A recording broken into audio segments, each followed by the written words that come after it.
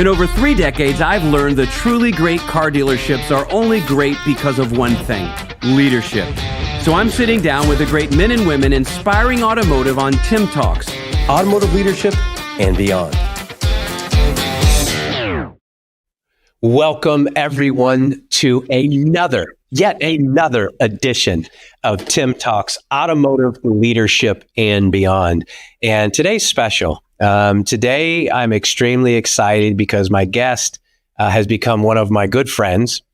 And maybe some of you guys know this or you don't know this. When we were starting Car Now, nearly 10 years ago, there were several people that saw that we were doing something different. They saw that we were thinking outside of the box on communicating with customers and dealerships. And those guys were Corey Mosley and David Kane and Brian Pash, and they gave me a platform on CBT News and their podcasts and their events.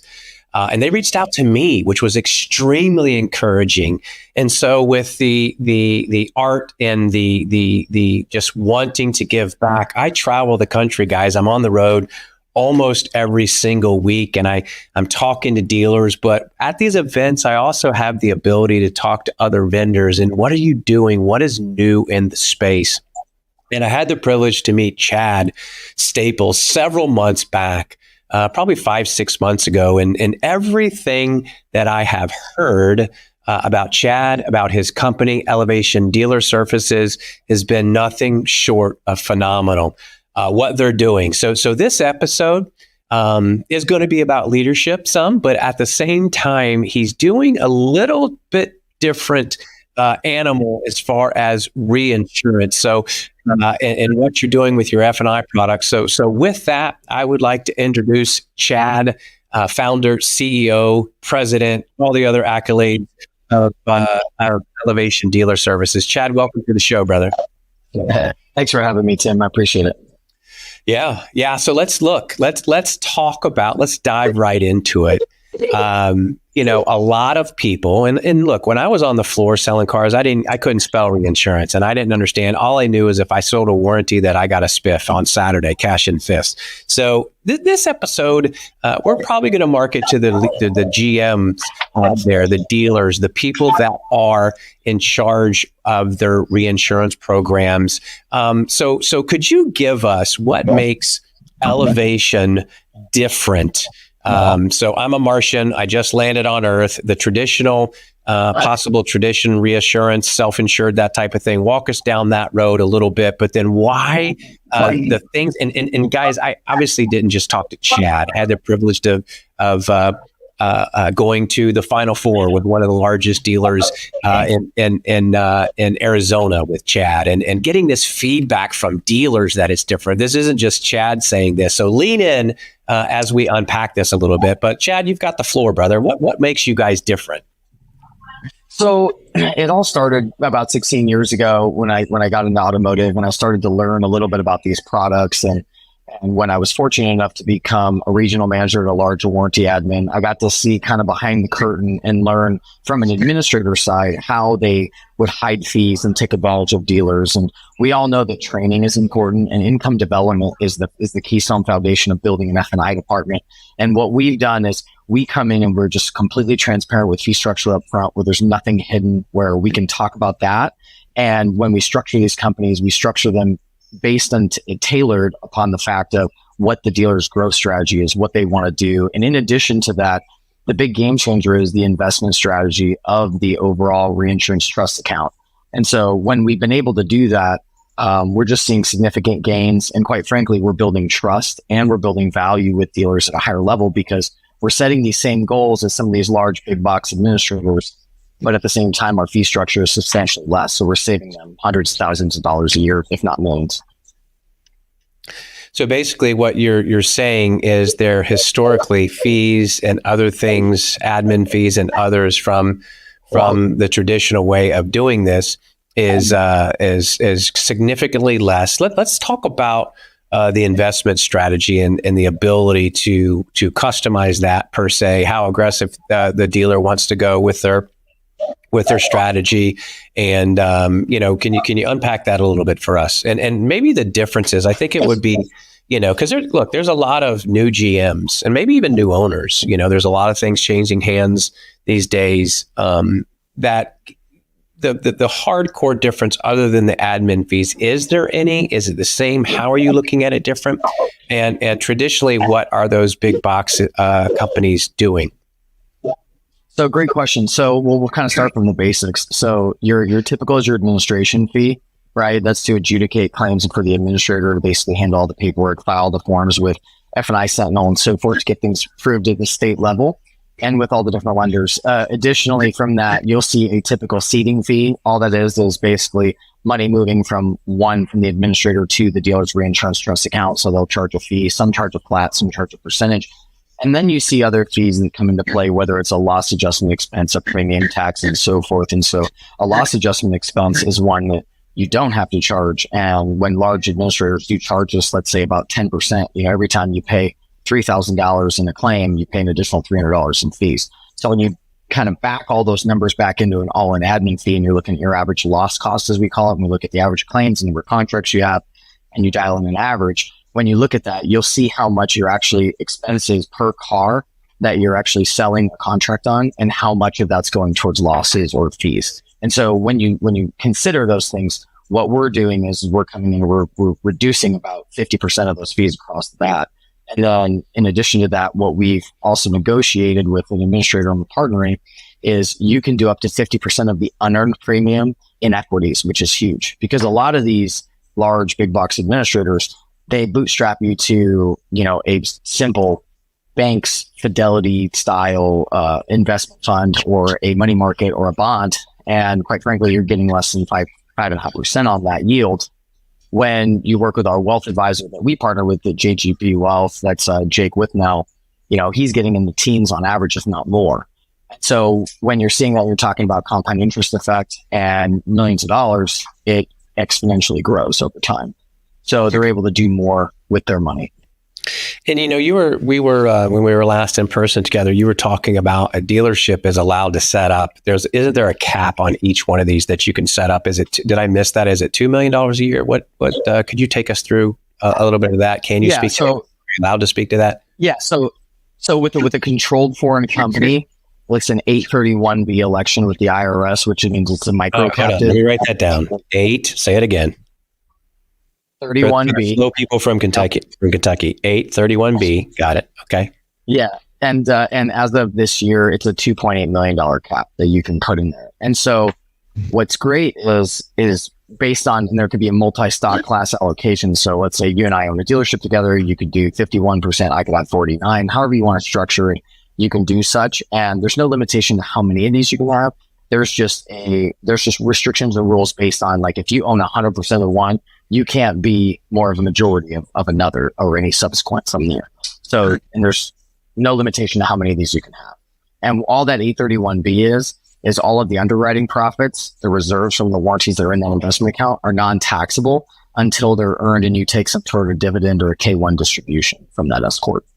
And a lot of people know, and you can even borrow against it, right? I mean, I know that. Correct. You could borrow. There's a lot of dealers out there that are obviously borrowing against these monies to buy other stores or a lake house or whatever you want. So I think it's extremely, Chad, I know you're on the board. So Chad Guys is not somebody I just met off the street. He's on the board of the Arizona Independent Automotive Dealers Association. His company has grown. Let's talk about the you keep hiring people. Let's talk about your growth. And I think you've only been doing this, and I don't think this is a detriment because of your heavy background. You built entire finance platforms for the existing dealer group that you were formerly with there in Scottsdale, Phoenix area. But evolution. Wow, I can't even speak. You've only been around a couple years now, right? Year and a half, yeah. So it's February 13th of 23 is when we started the organization. Which is incredible. And how many dealers are you in right now? So we've got about 268 right now. We're adding somewhere between 8 to 15 a week, depending on the week, and we're just continually growing constantly. I'm flying to St. Louis today to, a new individual, Ryan Young, is starting with us. So we're going to get to spend some time out there in his market. And, he specializes in power sports, and he's very, very adept in the F&I department, and he's excited to join the team we started talking about 6 months ago. So we're pretty excited to have him aboard and kick off that market. No, I think it's incredible. And I think that, it's different than somebody signing up for, whether it's a software product or something else. I mean, these are dealers within a year and a half, well over 200 dealers that are entrusting their finances, which is a big part. A lot of dealers, depending on the market, their retirement, their financial future for their family, and they're giving that to Elevation, which I couldn't say a couple minutes ago. So I don't really know what happened there. We were supposed to shoot the little commercial. We were supposed to shoot this podcast a couple of days ago, but I'm still a little loopy, ladies and gentlemen. So I apologize for that. So in all seriousness, it's just incredible to watch you grow. And if you need any other information, because we're gonna switch topics here in just a second, we're gonna provide a link below. If you have any questions, if you want to contact Chad or his team, haven't you? Let's stay here for just a little bit. You've been hiring. I mean, how many people on your team now? Seems like you're hiring somebody almost every other month. Yeah, so we have 10 folks in sales that are producing for us, and then we have a claims director, and then I have an executive assistant as well. So yeah, been growing pretty rapidly. Yeah, that's awesome. And let's talk about let's shift gears a little bit. Let's talk about leadership, and let's talk about, I think part of the reason that you're seeing the success that I witnessed firsthand is the way you talk to your people, the way you care about your people. I hear you talking about your people away from your people. So, again, at the end of the day, what really inspired this segment of our podcast, Tim Talks, is leadership.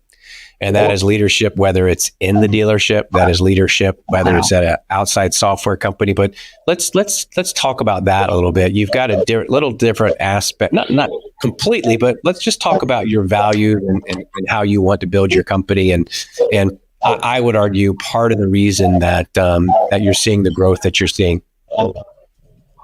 Absolutely. And so, when I reflect back on my career before I was in leadership, I always dealt with friction, and I dealt with either, toxic leaders that were self-preservationists.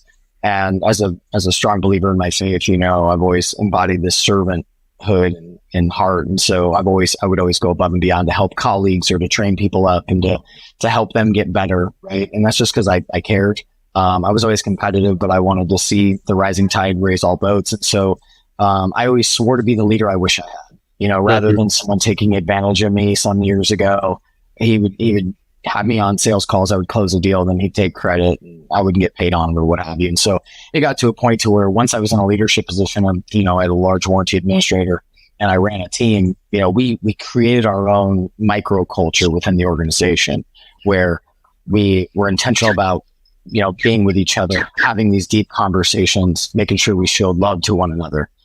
Some of the questions that I ask everybody when we're in the initial phases of getting to know them is, tell me what one of the toughest points in your life was and how that defined who you are today. When you are able to connect with people on a high level and understand who they are and why they do what they do and what drives them every day. And then you're able to love them in different ways that helps motivate them and show them that you have their back. Something that Tim Arson, our VP of sales, had said a long time ago that he learned from me was he told his wife years ago, he's like, I would run through a wall for Chad. We were going through COVID and they were trying to cut our pay. Our whole team's, we had 10 people on my sales team. And I was like, this isn't right. We're doing 160% to our budget. Why are we slashing people's pay? And so because of that, even to this day, he's our VP of sales, and he has that with our entire sales team. And it's pretty incredible to see. That's, and we've said it in here before. It's no secret that I'm a huge fan and every day probably quote Maxwell 2 or 3 times, but as leaders, we're in charge of not creating followers. We're supposed to create other leaders. So I think that, I was on a call before I jumped on this podcast. I mean, there was a situation to where Probably the hardest call I've ever had to take from a dealer, to where we absolutely dropped the ball. I mean, I'm publicly saying that. Historically, I always say that every time I'm out in the space, I always hear and people, whether it's other vendors or influencers or dealer groups, it usually comes from dealer groups. Where in the world do you get your people? Well, this wasn't that time. This was like, hey, I asked for this and this didn't happen. I just came off one of those calls. But I also believe that it's not how things happen in life, and bad things happen, especially in business, but it's how you recover from it. And I would also encourage, especially, you mentioned faith. I think that especially when you do that, people, there's a big microscope, even it's like 10x, and like the world is waiting for you just to drop the ball and say, aha, I got you, or aha, you're just like everybody else. And it's very difficult, but understanding that, people drop the ball regardless of your faith, people drop the ball, but it's how you respond after that, how you pick yourself up and say, even as a founder of a company, like we both are, to say, you know what, I handled that situation wrong. I should have delivered that differently. And those types of things, you fighting for your now VP of sales when you're at another company, I would argue that's why he followed you to this company that you just started, because of what you did for him previously. So that's encouraging. Maybe as we, give people a little bit more insight into your business and you as a person, maybe is there and we didn't rehearse this, but has there been anything as of late that's really you're excited about, that you see, whether it's a situation with one of your people or with one of your dealers that you would want to share with the listeners? Yeah, and to cap off your previous point, there's a quote that I've always really enjoyed. That's a leader's ceiling is determined by his pain tolerance, or their pain tolerance. And even just since I've known you, to know the things that you've dealt with and overcome, and your attitude and how you influence people and positively impact people is pretty incredible. So I just wanted to put that out there. Well, thanks. In terms of, yeah. Absolutely. But in terms of what's exciting, just the opportunity in front of our team, we're developing some different claims tools that with AI that we're working on in the background. And we have a white labeled program that's completely our own service contract for high mileage programs. And then I'm an investor in a warranty group too. It's pretty exciting. So we've got a few verticals there, but in addition to that, it's really all about our people. One of the best things that happened recently was I got a call from one of our dealers who is a very close friend of mine.